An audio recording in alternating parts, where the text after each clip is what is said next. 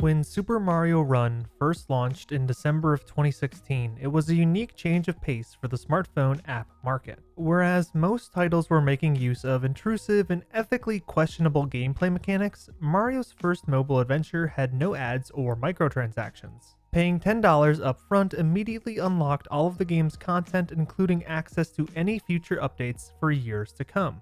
It was the kind of experience we've come to expect from Nintendo console games, but being delivered on a different platform.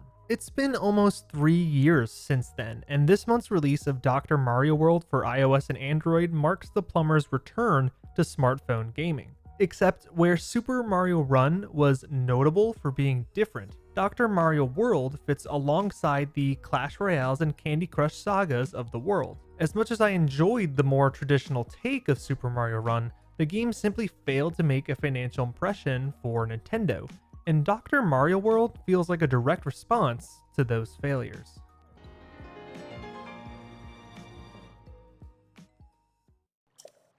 If you've dabbled with other puzzle games in the past, like Tetris, Bejeweled, or Puzzle League, Dr. Mario World will feel right at home. All of these titles share the same goal of clearing rows of objects on the screen by tactically maneuvering objects of your own. In the case of Dr. Mario, you're lining up pill capsules with their appropriately colored viruses. What specifically sets Dr. Mario World apart from the others is how the gameplay combines the patient plotting involved in a game like Scrabble, along with the desperate think-on-your-feet feeling of lining up Tetraminos in Tetris. Before a capsule is placed, the game state is static. You have all the time in the world to decide what the best position and orientation may be to clear the viruses in the most efficient way possible. But once the capsule is dragged onto the board, it will float upward and remain interactable until it hits another object. This includes capsules that were used on previous turns, meaning that a single and well thought out capsule placement can lead to a cascade of frenetic follow-up actions.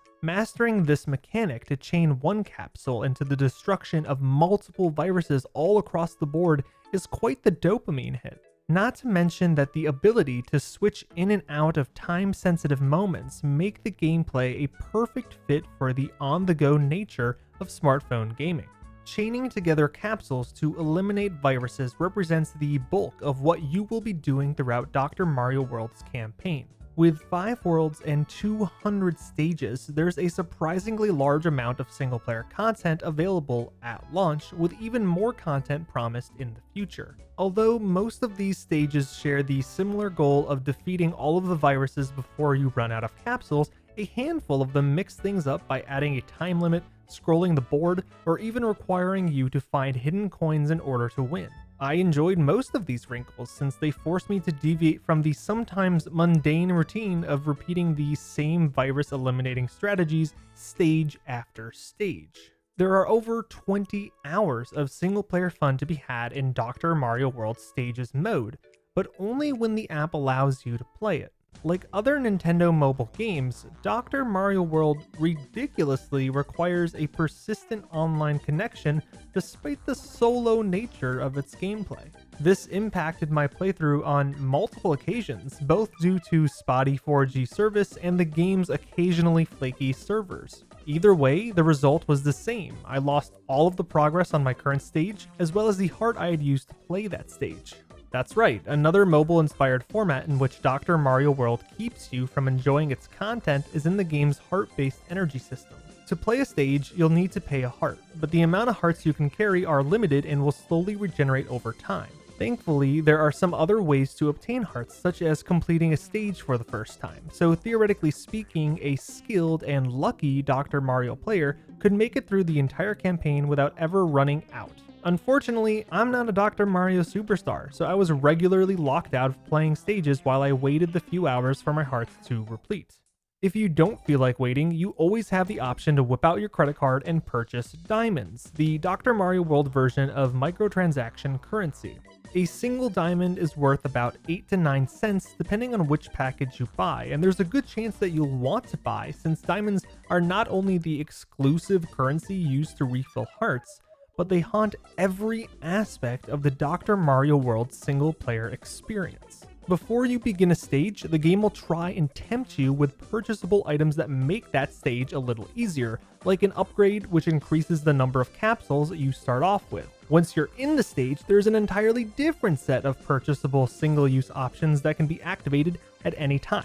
And if that weren't enough, each stage also has a game over screen, but it's not really a game over if you're willing to pay the 10 diamonds for a few more turns. Taking every possible spending opportunity into account, you have the option to pay over $7 worth of diamonds every single time you play a stage. Paying $1 can often be the difference between failing a stage for the 7th time in the row and completing the level with a perfect 3-star ranking. But what is by far the most alarming use of microtransactions has to be with the gacha mechanics taking place in Dr. Mario World's staffing system. Similar to the summoning mechanic in Fire Emblem Heroes, staffing in Dr. Mario World involves spending in-game currency for the randomized chance of unlocking doctors and assistants. But unlike Fire Emblem Heroes, these characters aren't ranked in any way. Instead, unlocking the same doctor or assistant multiple times will level them up and give them stronger stage abilities. So you not only want to unlock all 40 of the available characters, but you want to do so multiple times over to see what they are truly capable of.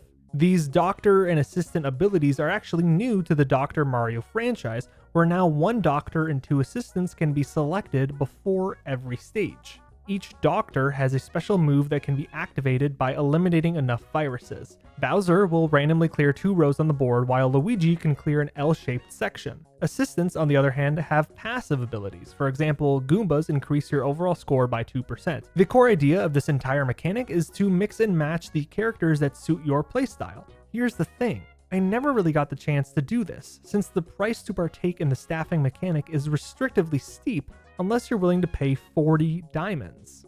Otherwise, you are stuck using 4,000 coins, or the very rarely gifted staffing tickets. Coins are Dr. Mario World's earned currency that you naturally acquire just by playing the game, but you never seem to gather quite enough. You will have to finish at least 26 stages just to earn enough coins to get the opportunity to unlock a new doctor or assistant without paying real money. It is such an uncommon occurrence that even after beating all 200 stages and playing the game for over 30 hours, I only unlocked about half of the doctors and assistants available, and almost none of them have any sort of leveled up perks. So unless you're willing to pay in diamonds, the staffing mechanic is too infrequently utilized to matter much to the overall gameplay experience. With all of the ways that Dr. Mario World handles microtransactions, it's easy to see how this game fits amongst the thousands of other mobile titles out there. Where things start to get a bit foggy is how it fits along the other first-party Nintendo experiences. Dr. Mario World lacks the classic charm, spirit, and polish that the company has built its reputation on for decades. The soundtrack is thin and quickly becomes too repetitive to care. The art style feels unimaginatively bland and lacks detail. The entire Doctor aesthetic is barely noticeable, and it's that last one that bothers me the most, since Nintendo has always championed the idea of taking themes and building off of them in unique ways for gameplay purposes. Titles like Captain Toad Treasure Tracker and Yoshi's Crafted World do this brilliantly, but for Dr. Mario World, the medical theme is largely ignored. All of the viruses you're puzzling out of existence are just different colored blobs with faces on them. Otherwise, they are no different than a colored block in any other puzzle game. As you progress through the stages, there's a real missed opportunity to introduce new spins on these viruses that actually fit the overall theme. Instead, we get a bunch of basic run-of-the-mill puzzle mechanics like occluding the screen with transparent clouds, or keys and locks that you have to utilize before you can destroy the viruses. It's the equivalent of taking a game like Captain Toad Treasure Tracker and designing every level around classic block sliding puzzles instead of the unique features of playing as Toad. I do have to say, however, that although Dr. Mario World's lack of the usual Nintendo magic makes the game feel like most other mobile puzzlers, the standout exception has to be the Versus mode. In Versus, you engage in short 1v1 online battles against both friends and other random players. It incorporates all of the core fundamentals you've used in single player, like eliminating viruses, scrolling boards, and special moves, but tweaks them just enough to create a frenzied multiplayer twist on the usual gameplay.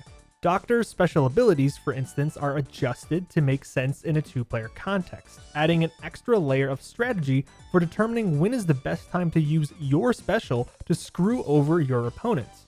It's a fast-paced and thrilling version of the already solid Dr. Mario Foundation.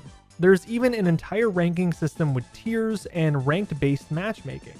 But the best part is that it is almost entirely untouched by microtransactions. You can play as many online matches as you would like at any time. Versus Mode is one of the few additions in Dr. Mario World that genuinely makes the game feel like it's offering something more. But not everyone is looking for an online multiplayer experience to play on their phone. And when you take that into consideration, Dr. Mario World is a lot harder to universally recommend over its competitors. Like a lot of mobile puzzle games, Dr. Mario World has a fun and addicting gameplay loop that is immediately accessible to a wide audience thanks to its free-to-play status. Also, like those other games, the experience is supplemented and often compromised by a spectrum of microtransactions. I don't like them, and really who does, but I can respect Nintendo's decision to include them in response to the pitfalls of Super Mario Run.